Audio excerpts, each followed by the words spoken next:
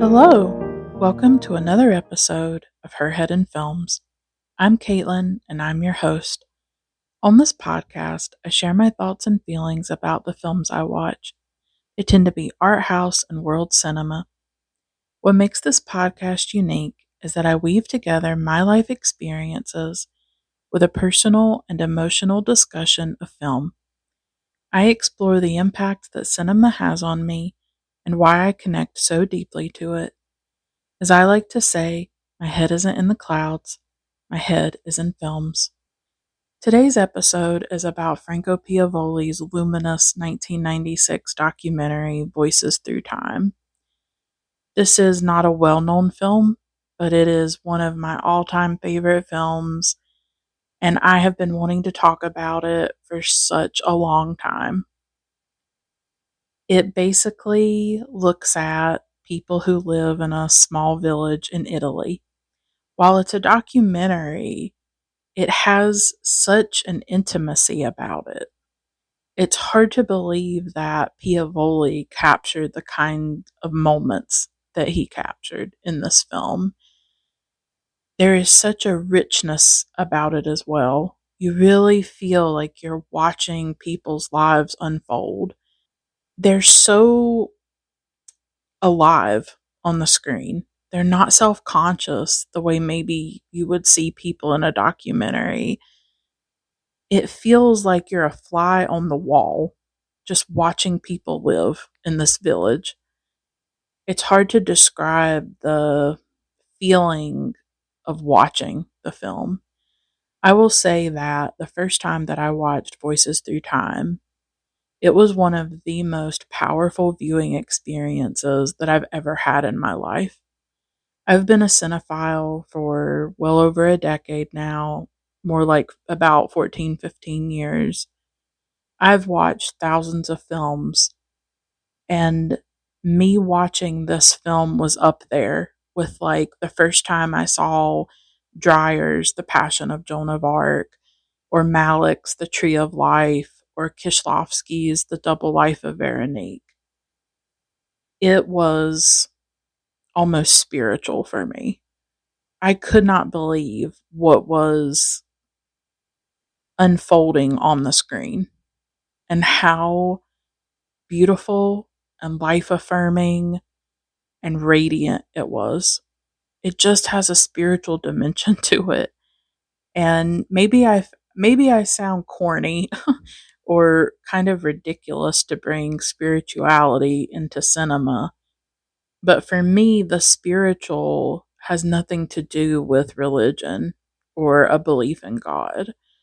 For me the spiritual is tapping into something greater than ourselves. And I think that some of the best art does that.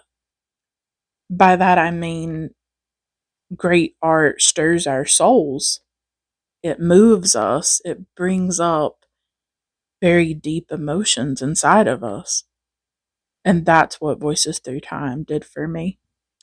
That's why I'm talking about it. The problem with this film is trying to talk about it at all, because it's so much more than a film. It is a feeling. It's an experience. And that's what I've always tried to excavate in this podcast, is not just the film itself, but the feeling that the film gives me. And I think some of my listeners absolutely understand my mission with these episodes. And maybe every episode is like a little bit of a manifesto about life for me and about the salvation of art. But this podcast has never just been about the films themselves. It's always been about my personal, emotional response to the films and what they make me feel inside. It's about the feeling that the films generate and how cinema becomes part of us, how cinema becomes part of our lives, how a work of art becomes part of our soul. That's always what I've tried to get at. It's always what I've tried to excavate when I talk about films. I hesitated in trying to talk about Voices Through Time. And I think that it is difficult because it's so poetic. It's basically an assemblage or a collage of moments in an Italian village in the 1990s. It's just children and adults living their lives, dancing, playing outside, looking at their crush across the way, lying in the grass kissing. It's all these little moments. And how do you talk about that? It's like when I tried to do my episode about the tree of life. And what's so powerful is what these images generate inside of us. They can spark our own memories. I'm 35 years old as I record this. I just turned 35. And so when I watch these children, when I watch the children outside playing, and when I see them on their bicycles and I see them playing in the woods, I think about my childhood, and me being 35 and watching the film is probably a very different experience than a 25-year-old watching the film. Because for a 25-year-old, their childhood is closer. It's not as far away for them. What's beautiful about the film is that it encompasses all of life, from childhood to old age. So we get the human condition at all the different stages of life. We see young people, middle-aged people, old people, and the way that life shifts and changes, the way that relationships change. So I'm 35 watching it, and I'm further away from my childhood. I'm further away from the woods and the forests and playing with friends outside until it got dark and the fireflies came out. It still lives inside me. And when I watch this film, I'm reminded of those moments of my childhood. But there's maybe a bittersweetness about it because it is further away than it is for a 20-year-old or a 25-year-old. And that's what film can do. It can bring up our own memories. It can bring up our own feelings. And this film is very rich in that way, where it made me think about all kinds of things as I was watching it. And that's why I'm talking about it, or I'm attempting to talk about it. And maybe you can never fully articulate everything that you feel about a film. I've always known that in a way I was kind of engaging at a failing endeavor, that there's no way that I can explain to you everything that this film evoked for me. I mean, I was there watching it for the first time, just on my laptop. I'll never see it on the big screen, probably. And I was like, I was in my 30s. I just watched it like a couple of years ago. And I was like, how have I made it to my 30s, watched thousands of films, and I didn't know about this film? And what a miracle that this film found me and that it came into my life. I truly believe that art finds us when we are supposed to find it. And maybe that's silly to think or silly to say, but it has happened to me over and over and over again, where I found books and music and films that spoke to me in such a deep way at the exact moment that I needed it. And with Voices Through Time, I felt very rejuvenated by it, which I'll talk about in a moment. But something that's very powerful about this film is its vastness.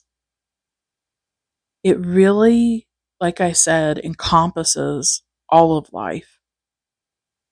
And I think that's extraordinary. And how Piavoli does it is he finds the universal in the personal. He finds the universal in the specific. And Franco Piavoli is not a well known director, but he's made quite a few films. He's an Italian director. A lot of his films have been made in the same area of Italy. His work is very difficult to find here in the United States. I'm not sure if it's been released in other parts of the world. He reminds me a little bit, in terms of his obscurity, but his genius. He reminds me of Theo Angelopoulos, who's a Greek director, and his work is also very difficult to find here in the United States. One of my all time favorite films is Landscape in the Mist. And I have lamented for years and years that Angelopoulos is not, first of all, he's not better known, but second of all, he's not accessible to most cinephiles unless you happen to come across his films on YouTube, maybe if somebody uploaded it. But he's not in any kind of official box set or something. He's not in the Criterion collection. And Franco Piavoli is similar. I would say Franco Piavoli is even more obscure. Most people have not heard of this man or his work. He mainly has done documentaries. Right now he's in his 90s. He's worked for decades. He had a film in the 1980s called The Blue Planet, which is a bit similar to Voices Through Time because it explores nature and it's poetic and it's like a collage or an assemblage type film. And Andrei Tarkovsky praised that film. And he did a film adaptation of the Odyssey called Nostos. That's one of his rare narrative feature films. But a lot of his work are documentaries, just capturing nature, people in a small Italian village. So there's something very transcendent and poetic and spiritual about his work. And I've seen quite a few of his films, but they've been hard to find. I had to mainly find them on YouTube or other places because they're not officially streaming anywhere. And I don't understand why. And I hope that a day will come when his work is lauded and more widespread and more available to people because I just think it's incredibly resplendent and beautiful. And I feel really grateful for it. And I feel like Voices Through Time found me at the perfect time in my life. And I'm glad that it found me when it did, and I didn't have to go one more day without experiencing his films. That's how I felt about it. I felt like I had come across a treasure. And I keep wondering, like, why is he not better known? Why isn't he more appreciated? I've really tried to tell people about him. I've tried to spread the word, but nobody listens to me. I'm like, I'm nobody online. I barely have any kind of social media platform. Nobody listens to me. I wish they did, but they don't. So I've been telling anybody who would listen to me, I've been telling them about Franco Piavoli. And what I've realized is that often the reason why some of the greatest artists are not more well known or are not appreciated is because I think certain things are meant to be a hidden gem. I think certain things are never going to be mainstream because the vast majority of people do not have the capacity to appreciate it. They just don't. And some things are meant to be small and intimate and a hidden gem, and they will always be that way. And that's okay because not everything is for everybody. Not everything is commercial. Not everything is mainstream or conventional. His work doesn't have a plot. It's not about any kind of plot. It's about the arrangement of all of these moments of life, these rich, luminous, precious moments of life. Children playing, and a couple kissing in the grass, the sun rising, the moon rising, the moon caught in the trees, young love, first heartbreak. There's all these little moments. The films are just punctuated with these moments. And not everybody appreciates that. There's not even any dialogue in Voices Through Time. It's a very languid film as well. It's slow in a very wonderful way. It's the perfect rhythm, the rhythm of life in a way. And it unfolds exactly how it needs to unfold. But not everybody is open to that. Not everybody wants to watch that kind of film. Some people want more narrative, or they need something else. To me, watching the film, it's like a spiritual experience. To other people, it may not be that way.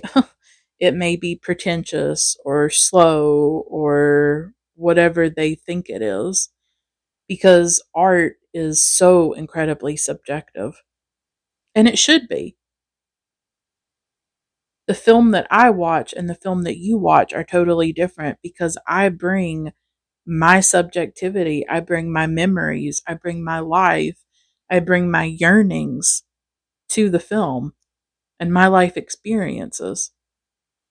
That's why I think it needs to just be okay when people don't like films, because sometimes we're looking for things in films that are very different than somebody else. And there are certain films and certain directors who I don't like and I don't connect to because of my preferences when it comes to film and what I'm looking for and what I'm wanting and what I'm searching for. And I don't find it in that film, or I don't find it in that director's work. And I'm different, just like you're different. And we all are. And we're all like contradictions and, walking contradictions and all of that. And we're different ages. We're at different like life stages and have different experiences. And so when I watch something, I could have a totally different view on it than somebody else. But that's also what's fascinating about art, is what it can bring up for us, but it can be different for every person.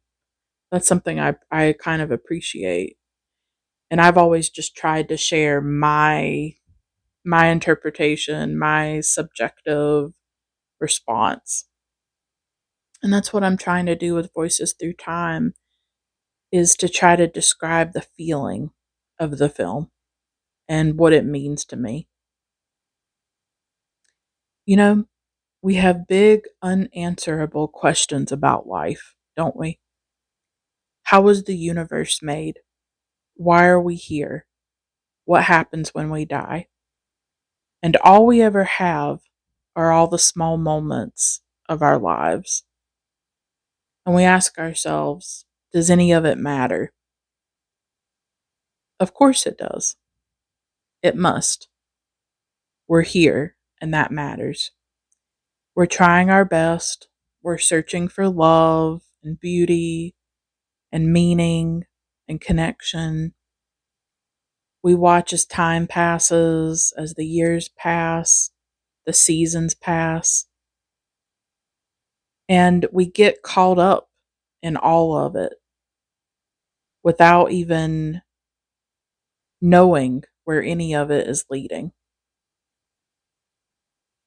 And I think that we forget what a miracle it is to be here. And Voices Through Time is the kind of film, because it focuses on all those moments that accumulate, all those initiations, those passages of time. And those experiences that mark us and that are part of a life that is unfolding, going from a child into an adult, falling in love, because it focuses on all those moments, I think it reminds us to cherish them, to cherish our life, to be alive in the moment. And I think that that's something that poetry does as well. And his films and Voices Through Time in particular is poetic. I see it as poetry, as a form of poetry in a lot of ways, because it's consecrating and sanctifying the ordinary, luminous moments of life. And something that I love to do is to read poetry. Nothing makes me happier than a sunlit Sunday afternoon when I am with a book of poetry, reading the poems. Usually it's Mary Oliver or Jane Kenyon or Linda Gregg, or it's a poetry anthology. And I'm just reading my poems and I'm just feeling alive in my life. And I'm just feeling grateful for my life. That's what happens when I read certain poetry. Like, I just love the way a poem can capture a moment that would have gone unnoticed or would have just been lost to oblivion, right? But the poem captures it. I think the best poetry does do that. Or I guess I should say the poetry that I love. The poetry that I love does that. It captures a moment that would be lost. And so when I read the poem, recently I read a poem about a woman washing her mother's hair, for instance. That's just a small, intimate, ordinary moment. But when I read that poem, it made me think about my mom and taking care of her and doing her hair. And so the poem, it anchors you in your own life and in the moments of your life. And maybe you'll be more alert. Maybe you'll pay more attention to when maybe you'll pay attention the next time you're spending time with somebody you love, and you'll really be present and grounded in that moment and think about what it means and think about how important and special it is because of this poem that you read. And one of the greatest pleasures of my life is just, like I said, a Sunday afternoon of free time where I can read a book of poetry and revel in the language of it. And I feel that way with Voices Through Time. It's such a pleasure to watch the film. I've watched it over and over again. I've seen it multiple times. I never get tired of it. I feel like it contains these secrets about life. I feel like it's telling me something about my own existence and what it means to be alive. The beauty of it. That's what it reminds me of and makes me think about. I know this film like I know my soul. That's how it feels. And I think maybe the best films, that's what they make me feel, is that I know this film the way I know myself. I know the contours of the film and it becomes part of me. That's what I'm trying to describe. I believe that a great work of art can crack open the world. This is something that I've started to formulate for myself, this idea that A great work of art can crack open the world, and it can break us open. It can change us. It can show us possibilities. We might never be the same after we watch that film or hear that album or read that book or read that poem. It can crack open the world. I feel that way about music. I recently watched Ruichi Sakamoto Opus, which he filmed in the last months of his life. And it's just him on the piano playing his music. We're seeing a man who is dying because he had cancer at the time and he knew that his time was limited on this earth. And it's hard to describe what watching that was like for me. It was very moving. And his music would be an example of the world cracking open. Life expands. Life expands. You feel something that maybe you didn't know you could feel. You find something that you didn't know you could find. And his music has done that for me. Merry Christmas, Mr. Lawrence, you know? Or I think about Neutral Milk Hotel and In the Airplane Over the Sea. I love that album. One of my favorite albums, for sure. And I think that cracked open the world. There's all kinds of films and books and music that has cracked open my world and made me larger as a person, expanded me, expanded my soul, brought a sense of spaciousness to my life. And I'm so grateful for that. And Voices Through Time would be an example of just cracking open my world. I had never really seen a film like this before. And maybe with like every film, it's a different feeling. You never feel the same feeling twice. You just can't. Every film is unique. Every film is like so special in that way.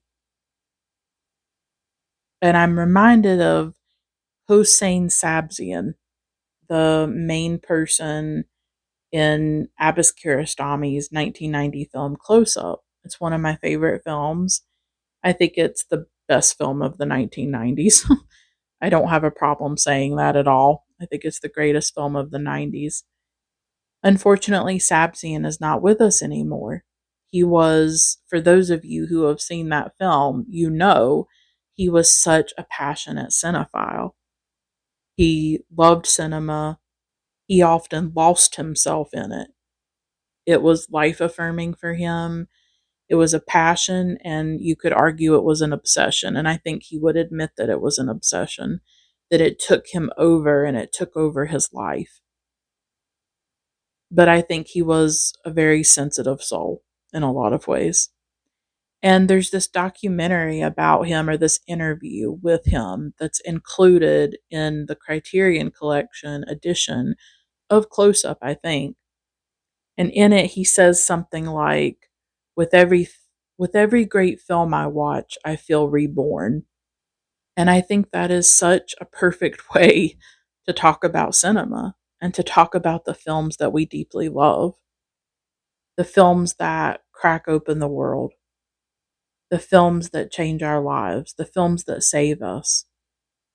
They are a kind of rebirth. We feel renewed. We feel reborn and rejuvenated by these films. And I think that they unlock something inside of us. And I don't think that I've ever been the same since Voices Through Time unlocked something inside me. I need a film like this. I live for films like this. They don't happen a lot. I watch a lot of films. I don't watch as much as I used to, but I've seen lots of films, and not every single one of them can be some kind of spiritual or transcendent experience. I don't expect them to be. I can watch films just for the pleasure and the enjoyment of it. But when I started to watch Voices Through Time, I knew that something special was happening. I knew that I was coming into contact with something very rare and very unique and special. And it unlocked something inside me. As you can tell, all these feelings are flowing out. And I've never gotten over it. And in a way, these are the films that haunt me the most, are the ones that make me feel things that I find difficult to articulate and to put into words. I need art like I need breath. That's just the truth. I need it like I need breath. Some of us do. Some of us need art in a way that maybe other people don't understand. Those of us who are lonely and forgotten and kind of the outcasts of the world. That's how I often feel. Like I'm an outsider, I'm an outcast, I don't fit anywhere, I don't belong anywhere. And so I always like made a home inside of art. And that's what kept me going. It's what kept me going through the darkest moments of my life was the music of Tori Amos and, the poetry of Sylvia Plath or Mary Oliver and films like Voices Through Time. And I'm not ashamed to say that. Not ashamed to say that I need art like I need breath. It's my nourishment. It really is. It's my nourishment. And it gives meaning to my life. And that's why I talk about it. That's why I share it the way that I do, is that I'm just trying to share why I love things. But this film unlocked something inside me. I think it unlocked some memories. Because it's made in 1996, it captures the world of the 90s, which is the time when I grew up. It's a time before the internet as we know it now, a time before social media, a time before smartphones, and we're all vulnerable to idealizing the past and to being sort of like overly nostalgic. But I don't think there's any denying that the 90s were different than the time that we're living through now. And I do have concerns about social media that I'm not going to ramble on about in this episode. I have concerns about a lot of things and the way that we're very fractured as a society and disconnected and distracted, and I fear that we are missing out on our lives. I fear that we are missing out on the kinds of moments or not noticing them or living them fully or being present in them the way that you see in Voices Through Time. And so this film reminds me of the 90s. There's something about the light. I don't know what it is about films from the 90s, but there is something so soft and cozy and special about the light in this film in particular. The way it hits faces, there's just nothing like it. I don't even know how to put it into words. The way the light hits people's skin, the way that the people glow. And it was a time when, and nobody has a phone, right? Nobody's holding a phone in this film. Nobody's going to hold a phone in any film from the 90s. Um, People are present in life in a different way than they are now. They're talking to each other. They're with each other. They're with the moment. And it feels at times like we've lost that.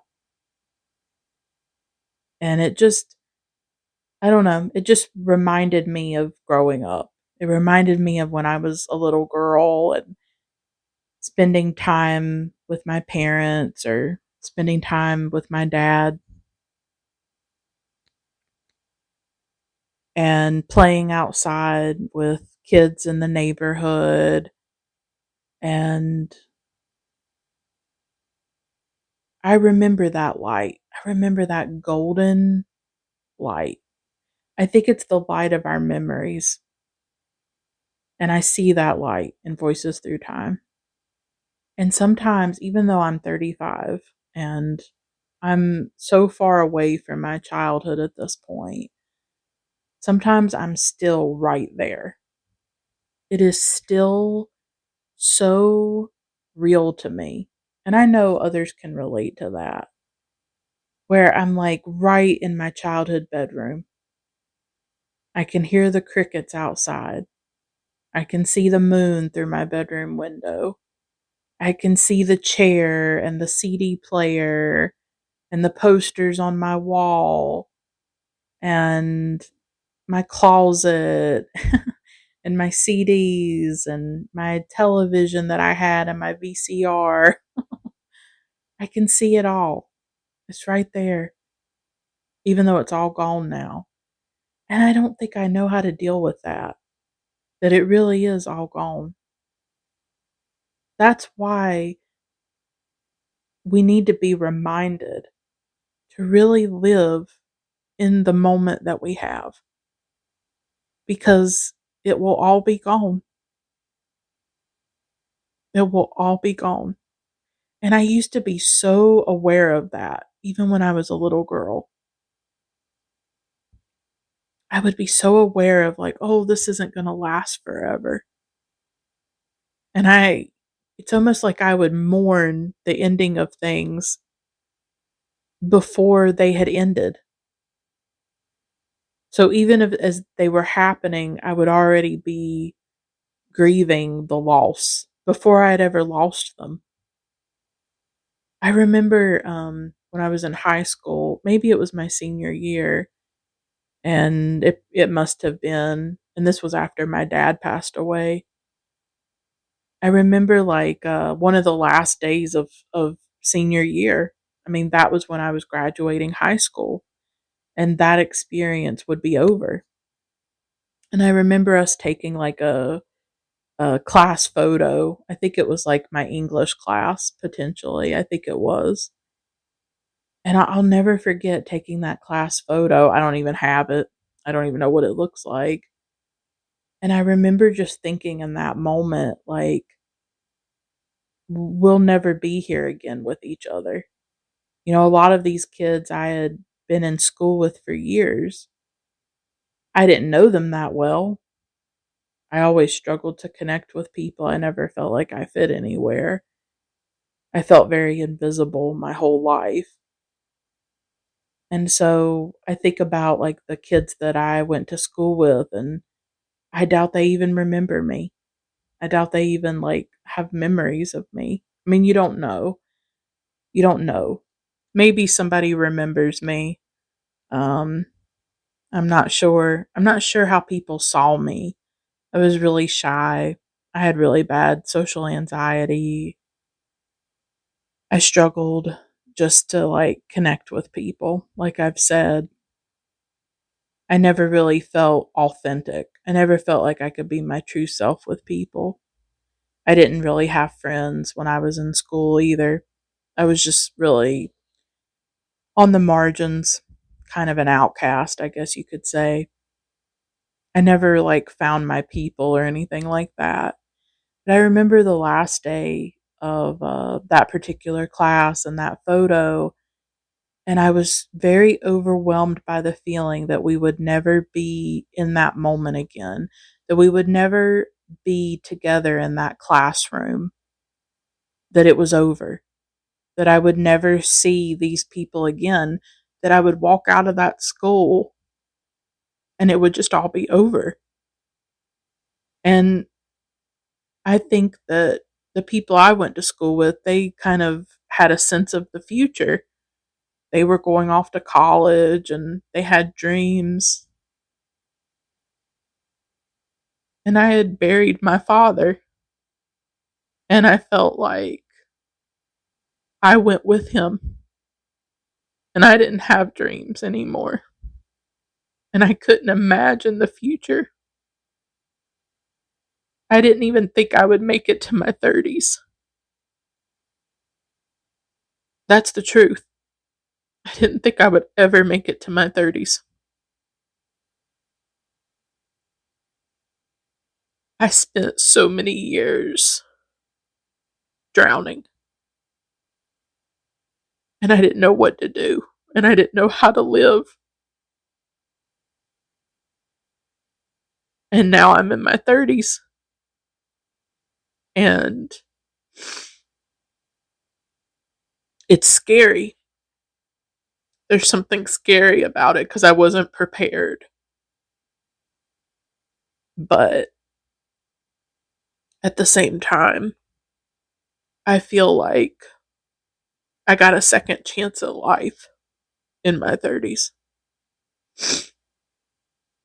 And I feel grateful to be here despite the pain, despite what I've lost, what I went through.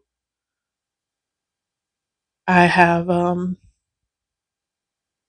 I've finally started to try to heal and to live again. Maybe I've been reborn. I have. I think I went through a rebirth and an awakening and a transformation in my 30s.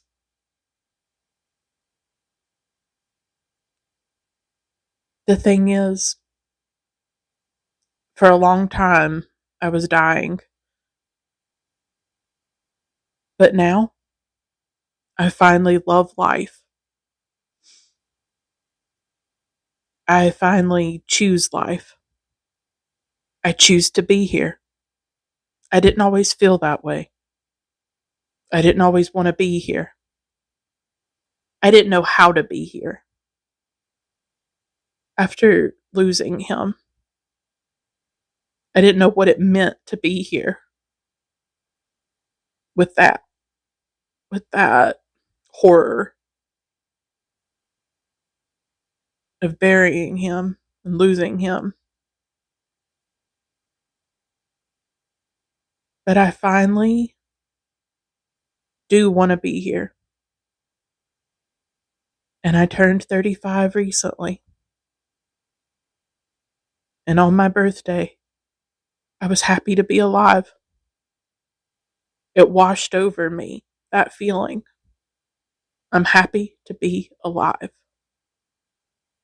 And I will hold on to that feeling for as long as I can.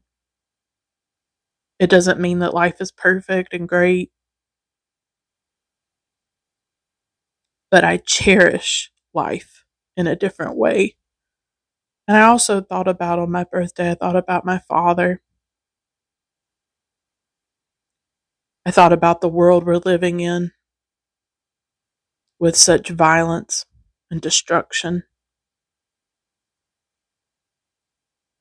And I thought that being devoted to life and being as alive as possible is the greatest way to honor the dead. I was willing to die for him for a very long time, wasn't I? Now I live for him. My life is about honoring him and remembering him. And I want to live. And I couldn't always say that until recently, that I want to be alive. I'm happy to be alive. And that's a very powerful realization. I'm still letting it sink in. And so, a film like this, that's what it's about. It's about being here. It's about being alive. It's about not just sleepwalking through your life and dissociating the way that I did for a long time, but about really being present and awake and joyful and just cherishing this moment. There's something so beautiful about this film where we see the children playing, and then we see the older people, the adults, those in their middle age. We see them dancing. We see them talking. The thing is that they're just like the children. We all get older. We all age. We live in a society, particularly in America, that is obsessed with youth, obsessed with it. I don't think you notice it until you get in your 30s and you're not the 20 something anymore. There is such a premium put on being very young, and people really idealize that time in their lives when they were a teenager. Well, as you can tell, I can't do that. I can't look back on my teen years. I didn't have the normal experiences. I wasn't going to the prom. I wasn't falling in love. I wasn't going through those experiences.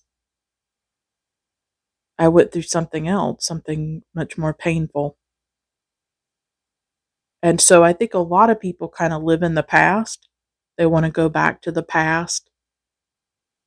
But there is value in getting older. There is value in experiencing more of life. And that's what I love about this film, Voices Through Time, is that it shows the older people also enjoying their lives, just like the young people are. They're at different stages and going through different things, but there is still so much to live. Life doesn't stop at 30. Life doesn't stop at a particular age. Life is always going. It's a river, it's a stream. It goes and goes. It doesn't stop. It doesn't stop for anybody. And you have to go with it. And if you don't go with it, you drown. I think for a long time I resisted the flow of life. I became so separated from life. And what happened for me in my 30s was that I reconnected to life in a different way, to my own life force, I guess. And so this film is about going on the journey of life. You can't stay a teenager forever. You can't stay 20 forever. There's still so much of life to live. I feel like I got a second chance. And it makes me want to just cherish things more. And I do every day. I really cherish life. I really feel devoted to life, devoted to myself. I think in a world that has normalized destruction, violence, war, genocide,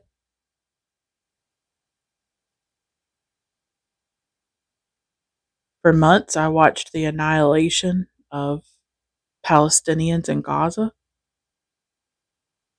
In a world that normalizes that and tolerates it and allows it, you better be devoted to life. You better worship life. You cannot worship death. You can't. These are very high stakes. It means something to be alive. It means something because it's stolen from other people. It was stolen from my father because the circumstances of his death were preventable and he should not have died. When I celebrated my birthday this year, I knew and thought about all the people who celebrated their final birthday and are not here anymore, including my dad. Life is precious. It's cliche, but it's true. Life is rare and precious and miraculous and sacred. And Voices Through Time reminds me of that. Reminds me of the arc of life, the journey of life, and that there is richness at every stop and at every point and at every stage. I feel like I lost a lot of time. That's something that I still grieve and that I still struggle with. I feel like I lost a lot of my life because of trauma and grief, but I can't go back. I can't get any of it back. I only have right now. I only have this moment. And so this film is about all of life: time, memory, youth, old age. There's both the eternal and the universal in this film. And I love the way that Piavoli focuses on faces and bodies, on skin, on looks and glimpses. He particularly shows that with the young people, the way they steal a glance at each other, the way the look on their faces betrays everything that they feel, all the hurt, all the longing and the yearning. I love seeing regular human faces. Like, it's so interesting that we live in a time right now with social media and like very edited photos of people and an obsession with youth and anti-aging and anti-wrinkle and just this hyper focus, this crazy hyper focus on particularly women's faces and women's bodies and looking a certain way. And I love how in this film we see wrinkles and we see blemishes and we see their skin and we see freckles and we see the topography of a human face.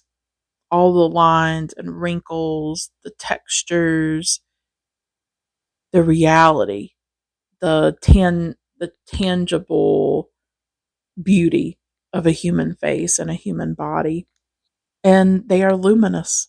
No matter what age they are luminous in this film. They're just living their lives. They're living their lives, and the camera is there to capture it. I don't know if certain things were staged. I don't know. I don't know the full filming schedule of the film or what happened or anything like that. Maybe certain things were staged. It's totally possible. But I still feel like we are watching life unfold in a very authentic and intimate way. And the people and the villagers that he chose to be in the film, they have such striking faces. They convey so much through their eyes and through the looks that they give. And there's just so much beauty in this film. And it's a film with soul. It's just a soulful film. And it's hard to describe it when you come across it. When you come across a film with soul. But it's there. It's there on the screen, and it stirred my soul and it moved my soul. And these are just ordinary moments. There's no big plot, there's no big narrative. I guess I haven't talked a lot about the film. I've just talked about these random moments of the moon and kids playing, a young boy and his face in the flowers, or him lying by a stream, a young girl looking at herself in the mirror as the sunlight hits her face. That's what the film is. It's just everyday life. what happens when you get up and you go about your day. And that's what our lives are made of. They're punctuated by the big moments, by falling in love, or getting our hearts broken, or losing somebody we love. But the vast majority of our lives are just these moments. It's the stuff of life. And he managed to make a film that captured that and touched it. Like, I think this film touches the essence of life. That's what I think he did. I mean, what an accomplishment. And it changed me. So those are my thoughts about Voices Through Time. I appreciate you listening. Until next time, keep watching great films.